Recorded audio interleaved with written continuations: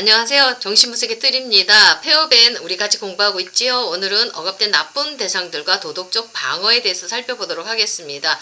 자, 우리 모두 다 나쁜 대상들을 가슴에 무의식 속에 우리는 다 가지고 있지요. 초기 엄마와의 경험이 이제 우리에게 불쾌를 갖다 줄 때, 내가 원하는 때 젖을 주지 않고 내가 원하고 먹고 싶은 거 주지 않고 딴 거 줄 때, 그냥 젖을 먹고 싶은데 엄마가 이유식 막 주지 않습니까? 나한테 허락도 안 받고. 그러면 아이들 입장에서는 이게 좋은 경험이 아니에요. 좋은 것을 주지 않는 나쁜 엄마예요. 그래서 이 나쁜 엄마에 대한 기억이 너무 불쾌하기 때문에 감당할 수가 없어서 무의식에 억압을 하거든요. 여기에 대해서 오늘 좀 잠깐 살펴보도록 하겠습니다. 자, 첫 번째, 아이들은 나쁜 대상들을 무의식에 억압하는데, 자, 이 부분에 대해서 우리 폐업인이 논문을 전개하면서 뭐라고 쓰느냐면, 문제아동이나 이렇게 성적 폭행 희생자들, 강간당한 사람들, 이렇게 그런 사람들 치료해보니까 이 사람들이 의외로 외상적인 그 경험에 대해서 설명하기 싫어하고 저항을 하면서 막 이 사람들이 되려 죄책감을 느낀다는 겁니다. 반면 가해자들은 그 회상하는 거 어려움이 없고 죄책감도 없었어요. 이 사람들은 피해를 당했는데도 불구하고 막 기억하기 싫어하고 저항하고 죄책감까지 느끼는 이 현상에 대해서 폐업인이 이제 의문을 달고 연구를 하기 시작한 겁니다. 자, 피해자가 외상적인 어떤 그 나쁜 기억들을 되살리는 거, 이걸 저항하는 것은 이 기억이 내 무의식 안에 있는 나쁜 대상과의 관계에 대한 기억들을 자극하기 때문에 그렇습니다. 그러니까 굉장히 무섭지요. 자, 이러니까 나쁜 대상이 용납될 수가 없지요. 그래서 나쁜 대상과의 관계는 결코 평안하게 바라볼 수가 없기 때문에 이 경험이 다시 이렇게 살아나오는 것은 감당할 수가 없지요. 그래서 이 사람들은 이거를 무의식에 억압하고 내재화시켜서 꽁꽁 묶어두는 거예요. 그래서 자꾸 이걸 회상하지 않으려고 하는 겁니다. 너무 고통스럽기 때문에.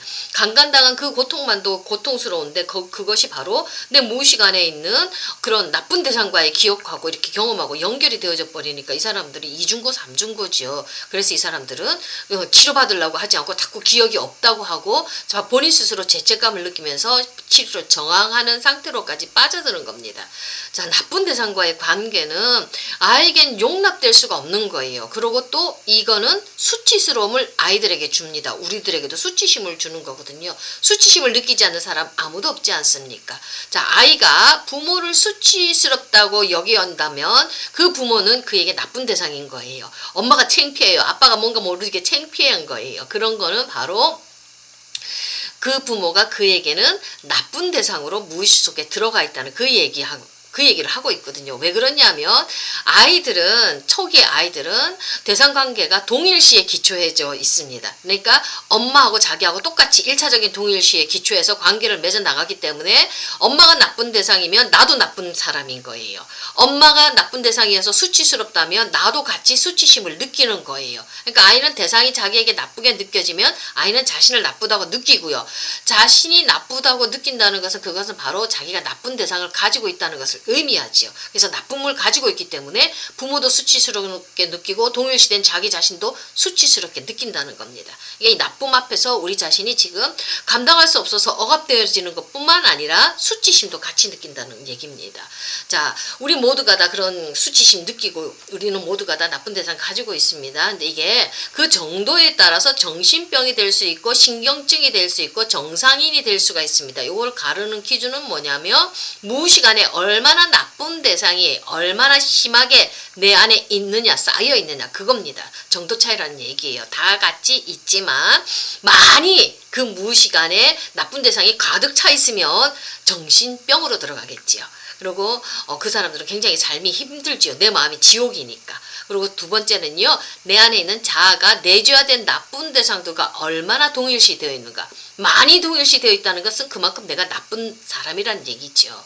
그리고 또 이런 대상들에게서 자아를 보호하는 방어 기제가 얼마나 좋게 자리 잡고 있느냐. 요것 때문에 이제 갈라지는 겁니다. 나쁜 대상이 가득 차 있어도 이거를 자아를 보호할 수 있는 방어 기제가 마련이 되어지고 질 좋은 방어 기제가 마련이 되어지면은 좀 견딜 수가 있는 거지요. 근데 나쁜 대상은 많이 들어와 있는데 방어 기제조차도 없고 또 나는 거기에 또 많이 동일시 되어 있다 이러면 정신증으로 가는 거겠지요. 굉장히 힘든 상태로 들어가는 겁니다. 이렇게 나쁜 대상은 우리 무의식 안에 억압되어져 있고 그것 때문에 우리는 기억하기 싫어하고 그래서 치료 상처를 안 받으려고 그러는 거예요. 다시 되살리는 게 싫어해서. 그건 공포거든요. 그렇다면 이 사람들은 그것 속에서 수치도 느낀다는 겁니다. 그런 것들을 우리가 알고 있어야 되고요. 자, 그렇다면 우리가 나쁜 대상 다 가지고 있는데 우리 어떻게 살아갑니까? 그래서 우리 인간들은 참 나쁨이 들어오면과 동시에 내가 그것하고 대적하고 싸워서 이기고 살아나가기 위해서 내 정신성도 지금 정신의 세계도 막 발달하기 시작합니다.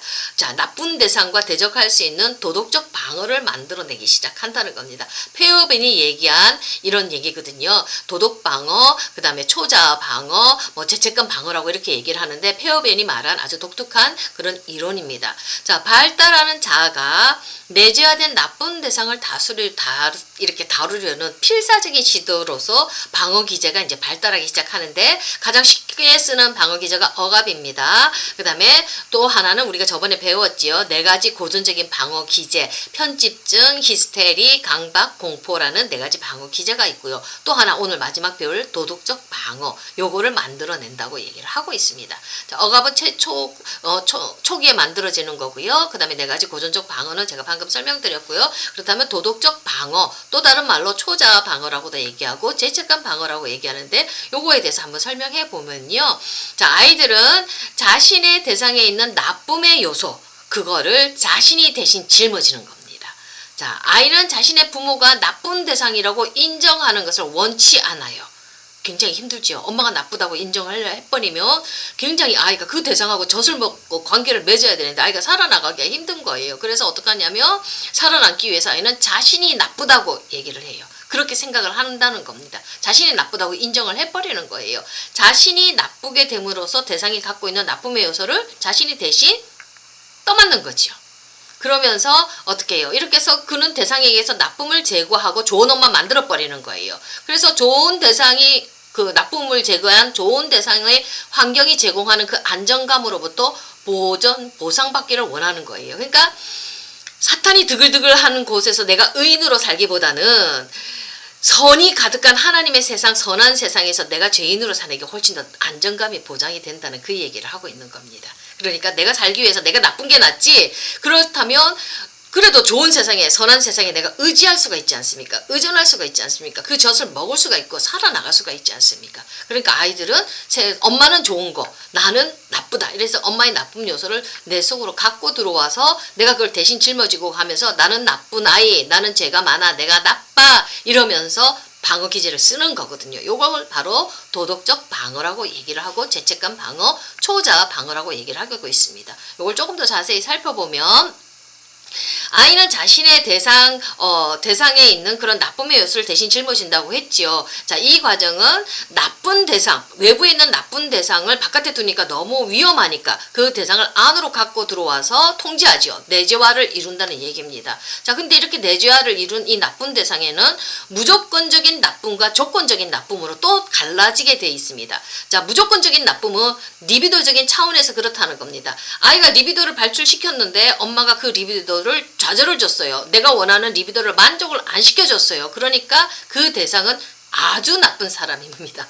무조건적으로 나쁜 거예요. 리비도적인 차원에서 그런 좌절을 주었기 때문에 리비도적인 관점에서 그 대상은 무조건적으로 나쁜 대상이에요. 그럼 박해 대상이지요. 굉장히 무서운 겁니다. 아이가 그런 박해자들과 동일시되어 있는 한 그 자신 역시 나는 무조건적으로 나쁜 놈인 겁니다. 아무리 너는 착한 사람이야, 좋은 사람이야 얘기해줘도 이때 무의식에 나는 나쁜 사람으로 각인되어 있으면 무조건적으로 나는 나쁜 놈인 거예요. 이 무서운 얘기입니다. 자, 조건적인 나쁨에 대해서 또 살펴보도록 하겠습니다. 대상을 조건적으로 나쁘다고 할 때 그것은 도덕적인 관점에서 나쁘다는 것을 뜻합니다. 그러니까 아이는 무조건적인 나쁨을 바로잡기 위해서 내 안에 이런 무조건적인 나쁨이 처음엔 들어왔잖아요. 이걸 바로잡기 위해서 아이는 어떻게 하냐면 지도 살기 위해서 좋은 대상을 또다시 내 안에 갖고 들어옵니다. 이 좋은 대상을 내재화시키는데 이 내재화된 좋은 대상은 초자의 역할을 합니다. 이것은 하지 마라. 그 초자의 말에 내가 순종하기를 원하지요. 그래서 아이는 자신의 내재화된 나쁜 대상들 거기에 호소에 저항할 때 그 말 안 들어, 나쁜 대상들 말 안 들어 이렇게 저항할 때는 그는 초자의 관점에서 볼 때는 조건적으로 좋지요. 난 나쁜 대상의 말을 안 듣고 초자의 말을 들으니까 그러니까 도덕적으로 자기는 좋게 되는 겁니다. 그래서 도덕적 방을 쓰는 거거든요.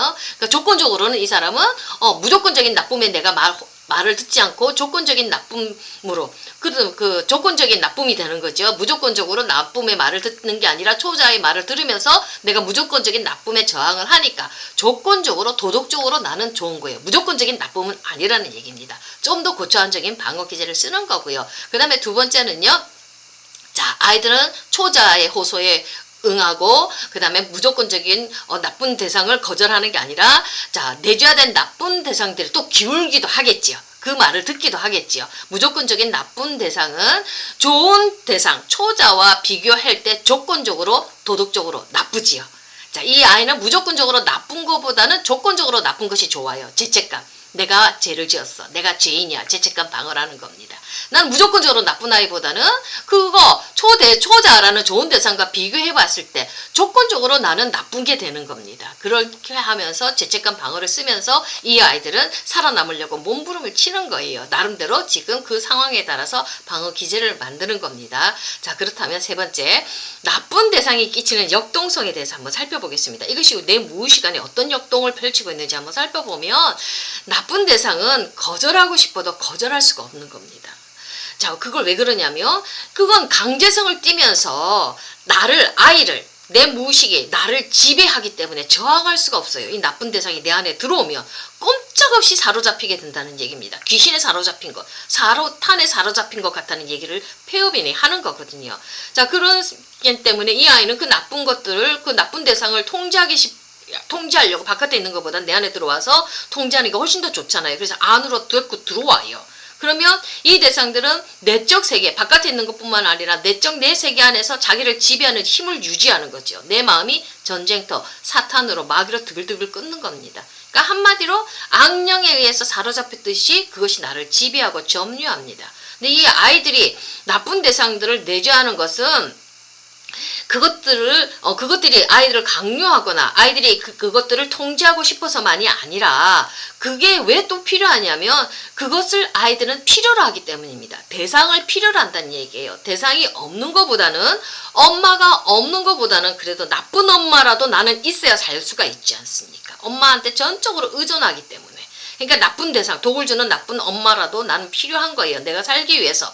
그냥 지금 굶어 죽는 것보다는 독이든 젖을 먹고 죽는 게 낫다는 얘기입니다. 그래서 아이들은 나쁨인 줄 알면서도 그 엄마를 내가 내 속에 내 안으로 갖고 들어가고 전적으로 젖을 먹고 살아야 되기 때문에 그 대상을 필요로 하기 때문에 이 나쁜 대상을 아이들은 거절할 수가 없다는 겁니다. 그래서 이 대상이 없다는 건 아이들이 너무너무 그 공허를 견딜 수가 없지요. 그래서 무섭지요. 아이는 자신의 필요 때문에 내가 살아내기 위해서 나쁜 대상들을 안에다 내줘야 하는 겁니다.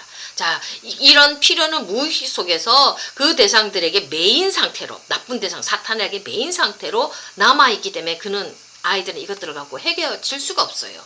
그래서 아이들에게는 자신을 지배하는 실제적인 힘을 부여하는 것은 내가 그걸 필요로 하기 때문에 그래요. 그래서 거기서 헤어나갈 수가 없다는 겁니다. 치료를 할 때 이 나쁜 대상을 풀어내는 거, 이게 사탄 축출이라고 이렇게 폐업에는 얘기를 하거든요. 귀신 쫓아내는 거라고 이렇게 얘기를 하는 거거든요.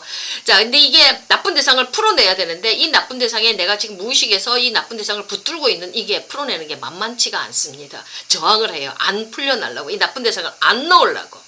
계속 붙들고 안 놓으려고 저항을 하거든요. 이래서 치료가 어렵고 치료가 드랍이 되기도 하면서 힘든 과정들이 막 펼쳐지는 거거든요. 이 나쁜 대상을 잘 풀어내서 여기에 리비도가 부착이 되어 있다고 폐업에는 얘기를 하거든요. 그러니까 내가 써야 될 삶의 에너지를 이 나쁜 대상 억압하는데 다 써버리니까 나는 에너지를 못 쓰지 않습니까? 그래서 요거 추출해내는 거, 요걸 발견하고 추출해내는 게 바로 치료의 과정이라고 핵심이라고 우리 폐업인이 계속 얘기를 하는데 요 역동에 대해서 좀 더 깊이 펼쳐지는 것은 우리 또 다음 시간에 또 살펴보도록 하겠습니다. 감사합니다.